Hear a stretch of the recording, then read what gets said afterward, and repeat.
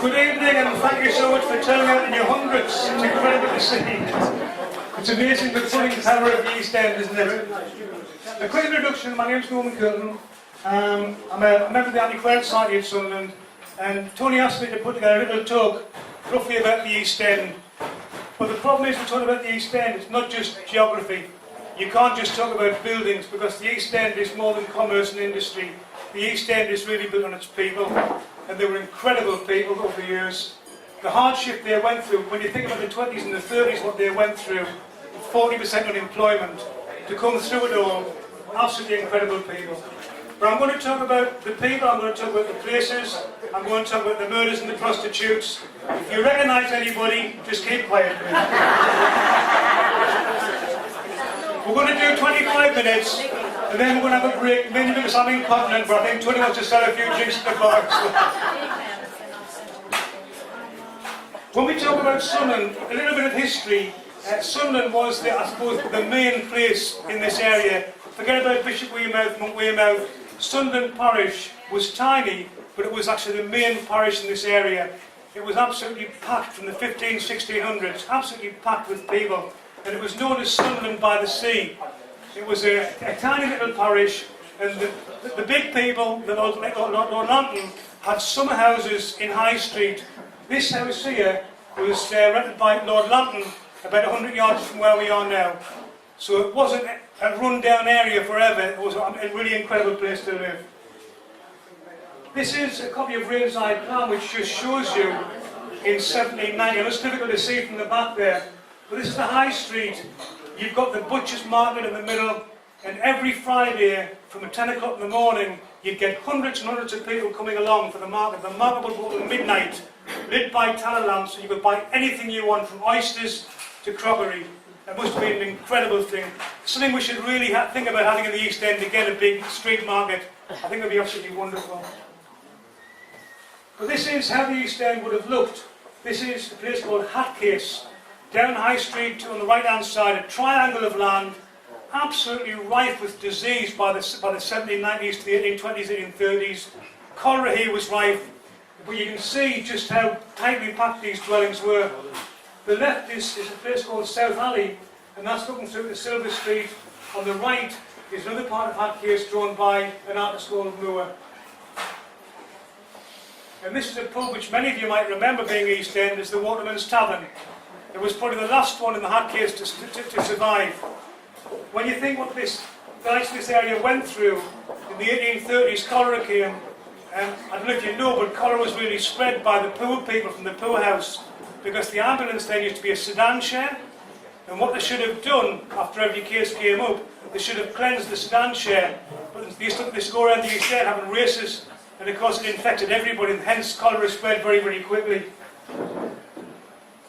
This is a place called Fitters Row, again long gone, but the fitters, the coal fitters, were really the most powerful people in the industry, in between the coal owners and the people who actually bought coal and spread it throughout the country. And they have their own street called Fitters Row. But this is about 1880, and you'll see the tiles outside of each door. That's human excrement, because they had no toilets, and it's called night soil. So they used to do the business on the night time, and then in the morning put it in piles. And if you had a really good job called a scavenger, your job was to come around and clear all the human poo and take it. I don't know if you know, but when they were building Hendon, there was very little water for the builders to use. So they used to use the water from the ponds, the puddles. But the scavengers from Bishop Weymouth used to empty all the human excrement into the ponds there in Hendon. So houses like Tower Street were actually built using human excrement as part of the cement. I think the smell's long gone, so if you live in Tower Street, honestly go away. If you just have a close-up on that picture, and you'll see the uniform of the northeast of Sunderland. You know, the girls with those white pinnies, and you probably couldn't get those pinnies as white now with all your biological washing powders. Even the girls have the flat hats on, and the reason these girls have got the bairns, holding the bairns, is because the parents are probably working, so the eldest girl would nearly always get the children to look after. This is the East End in the 1930s, just before the big demolition started and the garths were built. But you can see just how tightly packed it was. And many of these, there was a hell of a lot of squalor in the East End, sadly. but many of these were tenements. And in one house you might have 12 families. So you can imagine the strain on the infrastructure in the area. But one of the wonderful things about the East End was the carnival they used to have every year. A massive carnival. I think people were too embarrassed now to get dressed up. I mean, I don't mind getting dressed up as a woman. There's a couple of fellas there dressed as women. But I think people are a bit too inhibited now to do things like this. I know the carnival carried on recently was mainly jazz bands and a few floats. The East End Carnival in those days was enormous. This is the East End Ragtime Jazz Band. Now, if you have a look at this picture, it looks like at least 50% are black African. I don't know where these people came from, or if it isn't just sort of the politically incorrect boot, black, the boot polish. But this has been a hell of a thing to see. That guy in the bottom left, he's got the end on his trumpet. It's an incredible picture, but I would love to have heard these people actually playing around the streets. And there's another one, the 1930s. Everybody's dressed up, men dressed as women there as well. I don't know whether these early transvestites or just a thing you actually did. They're obviously having a good time. I love this photograph, the next one. I don't know what that guy in the right's doing with his trousers, but he's making room for something. Oops.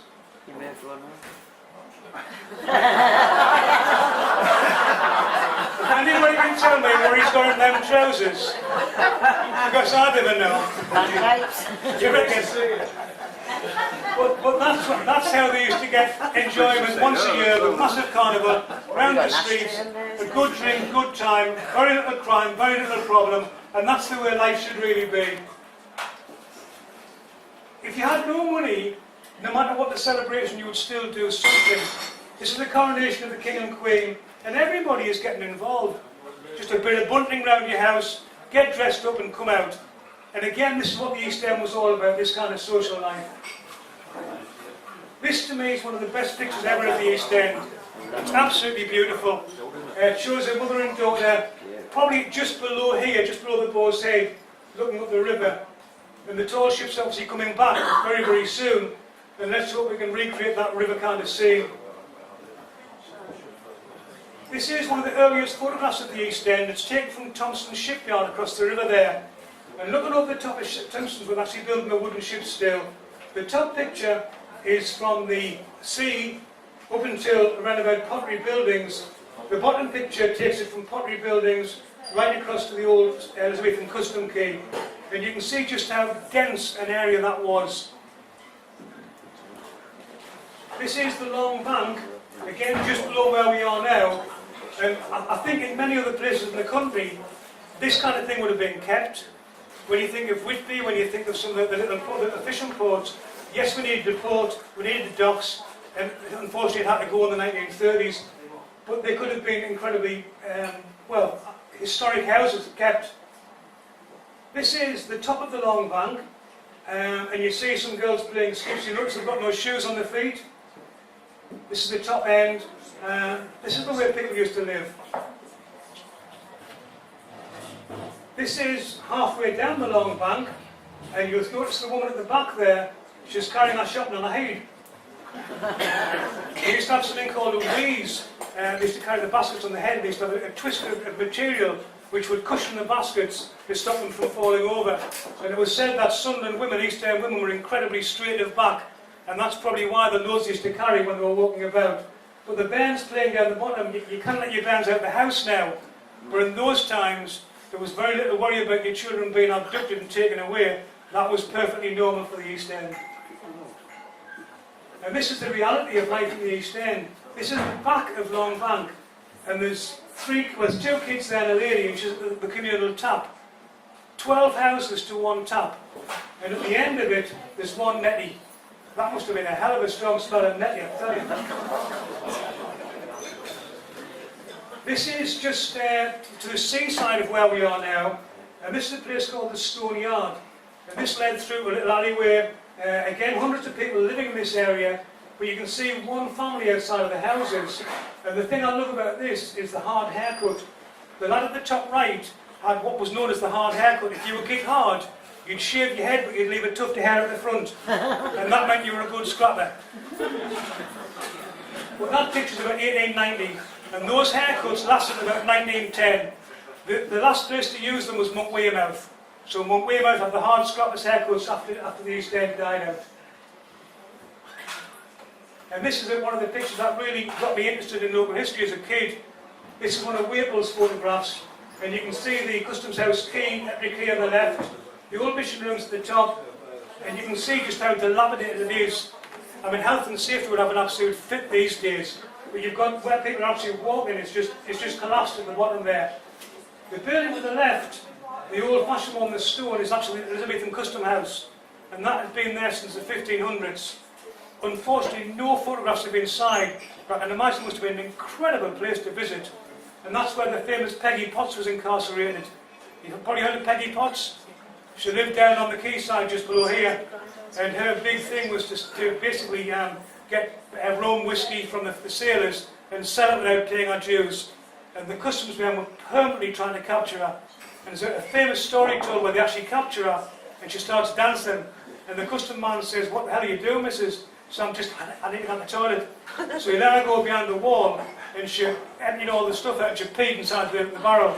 And the pee went back in the barrel to the customs house, so when the customs man opened it up, the taste he got wasn't wrong. I'm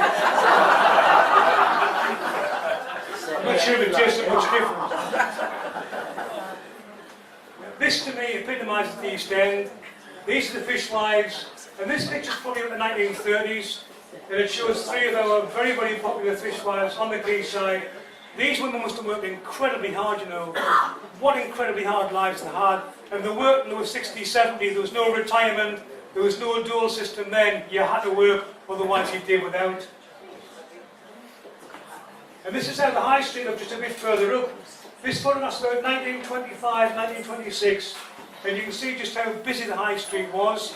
You've got the Eagle building on the left.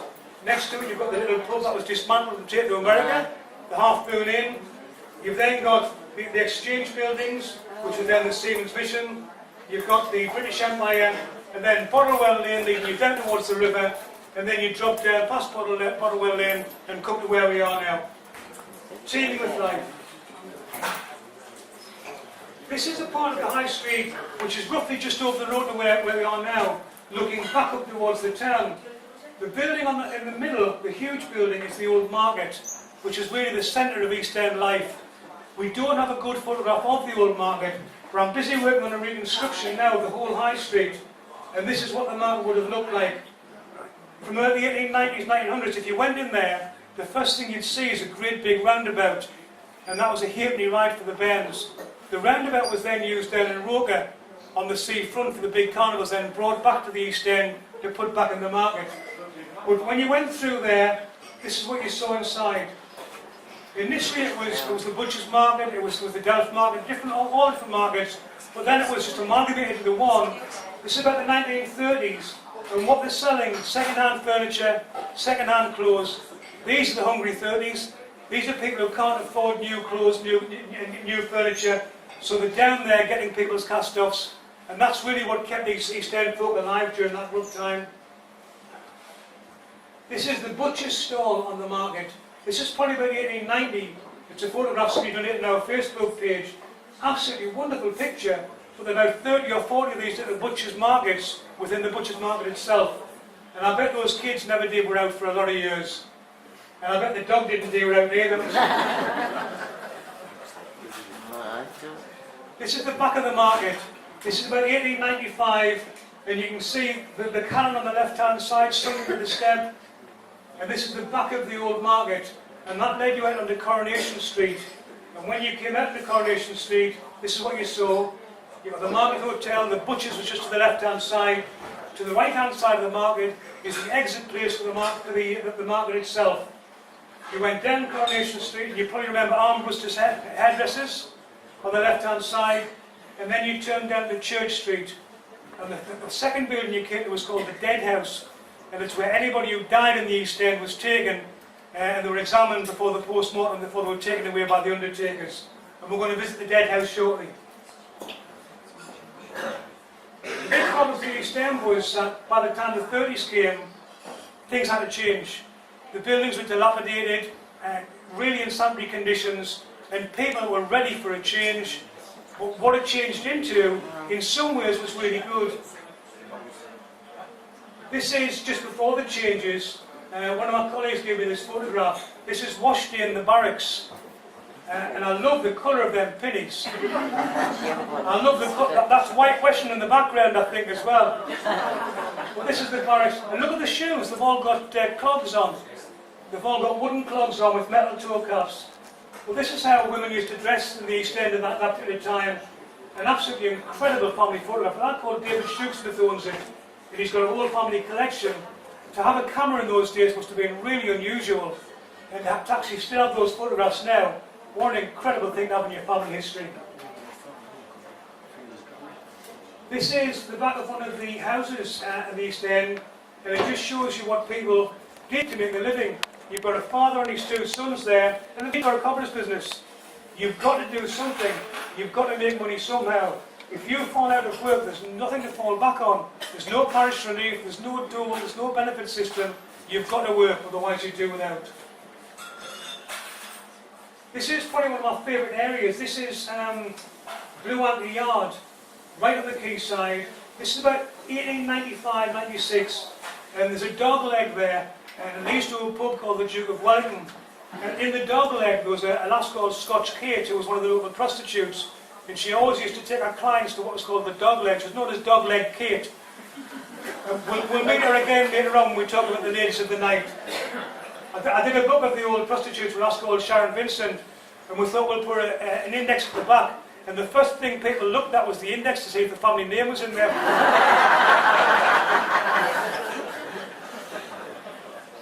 This is the East End. This is Coronation Street, and it's probably about the 1920s carnival time. And you can see the bands are just dressing up wherever they can. They can't afford fancy dress outfits. They're just making things out of paper and having a really good time. And look how the street's heaving. This place teemed with life. Now then, if you're going to get drunk down the East End, don't go to the Wharf Tavern. This is the walk you've got from outside the Wharf Tavern to Blackpool Entry. And the reason there was a dead house on Bull Lane. There was a dead house on Bull Lane just round the corner here, and most of the people who were out in the dead house were pulled out the river because they'd fallen in legless. Mostly sailors, a lot of children as well, because the children thought they were invincible if they tied an eel skin around their ankle. That was a local tradition amongst local kids. An eel skin meant you were protected from the river's demons. But there's more kids fished out the river, God love them, and taken to the dead house and God love you. This is Arras Lane, other side of High Street, and what you're looking at there, the arch at the bottom leads you through to High Street, and just to the side are the exchange buildings. Now, the pub at the back is called the Old Bull and Dog, the one on the right is the Newcastle Arms, and in the 1790s, a man called Jonathan Coates lived on the house on the left-hand side, and he was an informant for the press gang, and people hated the press gang, and when the press gang sort of left Sunderland, he was left at the mercy of everybody. And there's one night he's in his house and the dog gets hammered in, and the men come upstairs and they throw him out of the window, and he was lying outside of his house and nobody dared touch him in case they were associated with the press gang. The woman that licensed in the Old Bull and Dog got a bit sick of the smell, because he was there about 2 or 3 days, and so she got some soldiers from the local barracks to come and take him away and bury him in the churchyard. Nobody else would dare touch the body. So that's Arras Lane, and further up was where the Tatters used to have the stables, if you remember that from the East End. This is one of the most famous buildings in Sunderland, would you believe? This is where Jack Crawford was born, on Pottery Bank, and this is the other side of it. It must have been an incredible thing to see in the times, but this was pulled down 60, 70 years ago, along with much of the East End, and thank God we've still got some photographs to look back on. If we didn't, a lot of the East End would be lost, especially the old East End. This is Bottlewell Lane, where the ferry was. The last ferry, 1957, the Halfpenny Ferry. People in Weymouth used to get it for free most of the time, but we had to pay for it Halfpenny to get across to Weymouth. 2 pubs there, and on the right-hand side was where Tommy Sanderson used to have his shop, and he put a clock out there, and we're talking about the 1820s, 1830s. But he got sick of people hockling. Do you know the verb to hockle? People used to hockle on his clock. And he got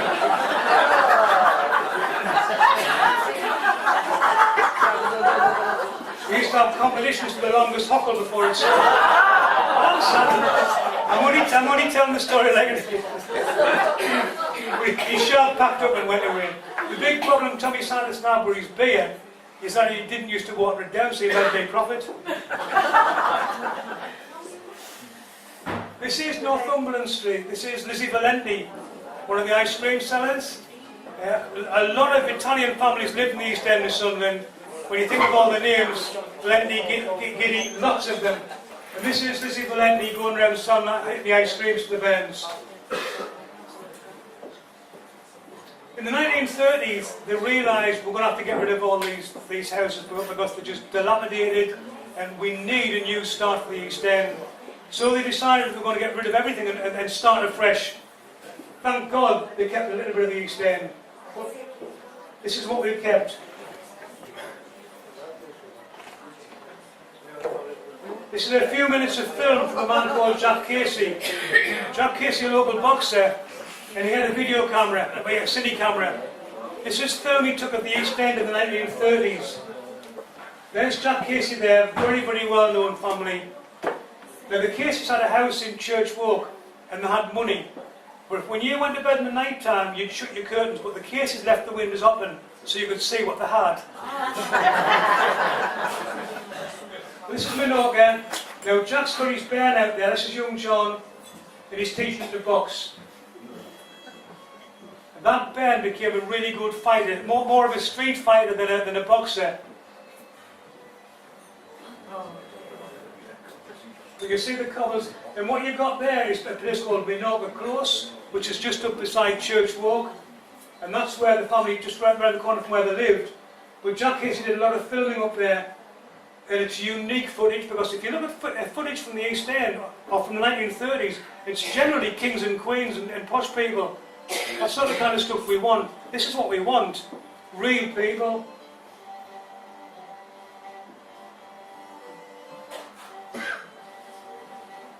You can't keep them back. You must have had those boxing gloves specially made, God love them. Well, there's some real East End characters here. So do you recognise any of the places I go through? That's the bottom end of Coronation Street. That's Freddie Parrotface Davis. Do you remember him? This is a christening. It's the Casey family christening. This is the back of Trafalgar Square.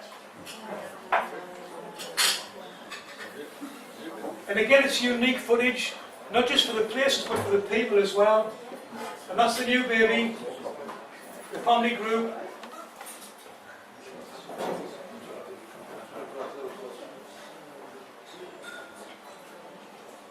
They're all dressed up for the christening.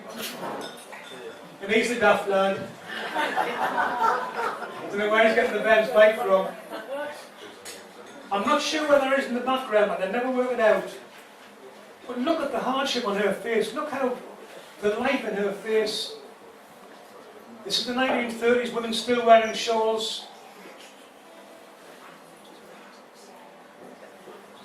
I bet she's seen some life, God love her. And there's a young lass, she must be only early 20s. She's got the shawl on. I mean, the character in his face as well, it's absolutely wonderful. So you notice the washing on the lines, strung across the road. That's the local midwife on the left-hand side there. Now he doesn't want his picture taken, but Jack Casey's got to make sure he gets his picture taken. And she's wondering what the hell's gone on.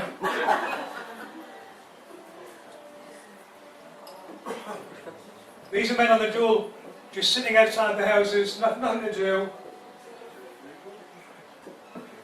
And look at the state of him. God love him. This is Church Walk, which now leads down to Donniston School. On the left-hand side, you've got the workhouse. He's got his jam sandwich, look, his jam doorstep. He's bloody monkey.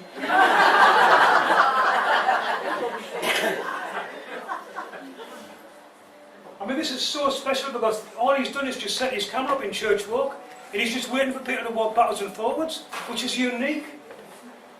And that burn's still hitting every bugger.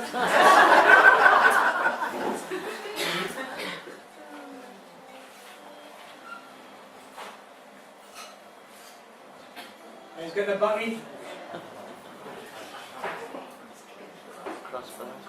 A crossy. Remember the three-wheeler bikes? If you had money, you got one with the basket on the back, didn't you? She looks like a hard woman, doesn't she?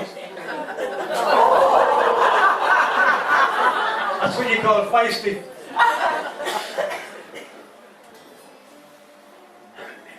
This is again walking up from like Trafalgar Square. Really characterful people, full of fun, full of laughter. The men coming from the pits. In a couple of years' time, they'll be fighting a war and probably dead. If you look at her Ganzi, her top, it's full of holes, bless her.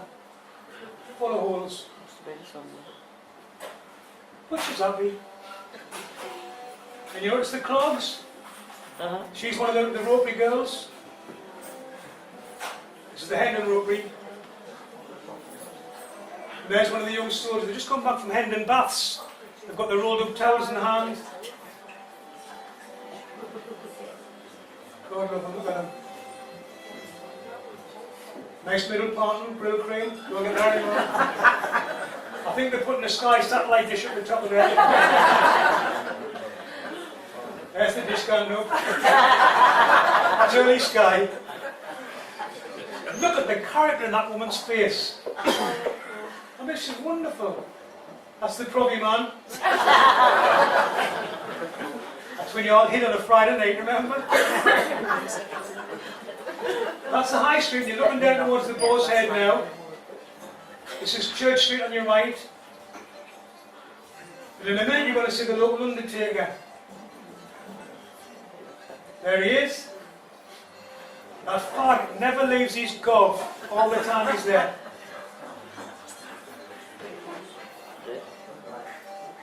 He's got a tooth in his head.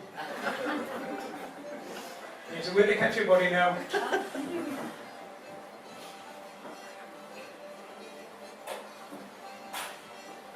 I don't know about you, but I think this is incredible footage. It's so rare to have footage like this. These are the Three Musketeers.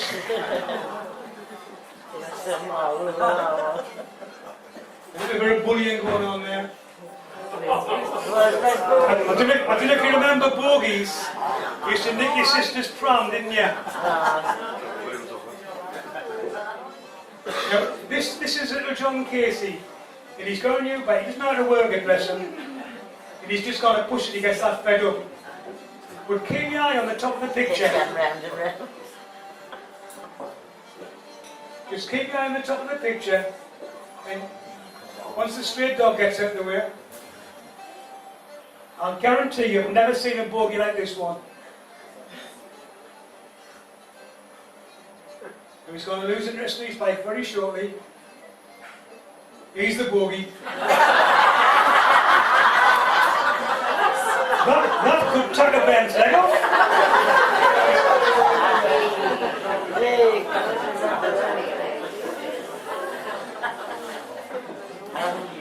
This is dropping down towards the docks. And you'll see the hot pie man.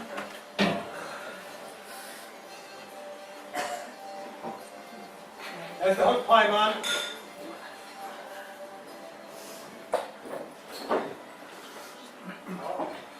There's the polish. But he was plenty busy doing there.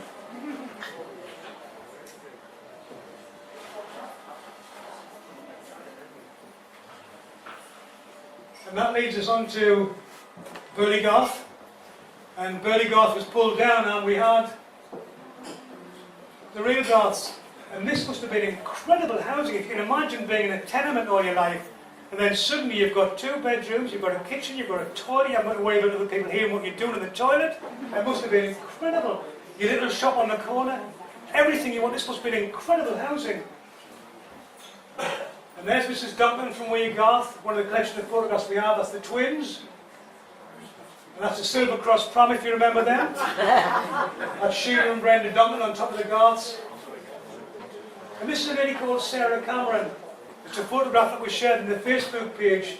Her husband died at sea. He was lost when really heavy storms.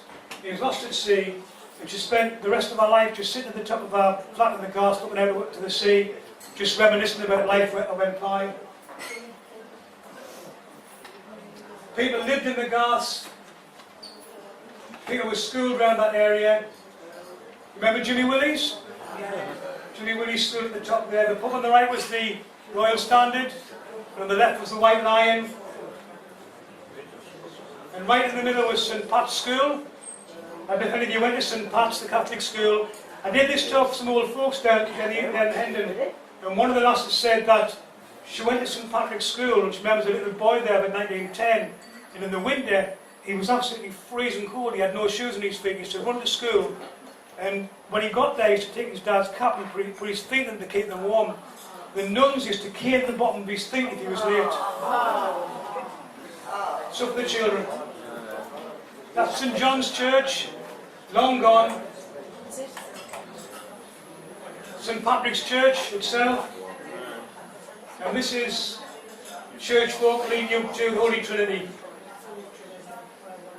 And here we are back where we started. This is where we are now. And I'm going to talk about some murders, but it's half an hour now, so if you want a quick break, 5 minutes, and I'll see when you get back. That's why I went for a beer.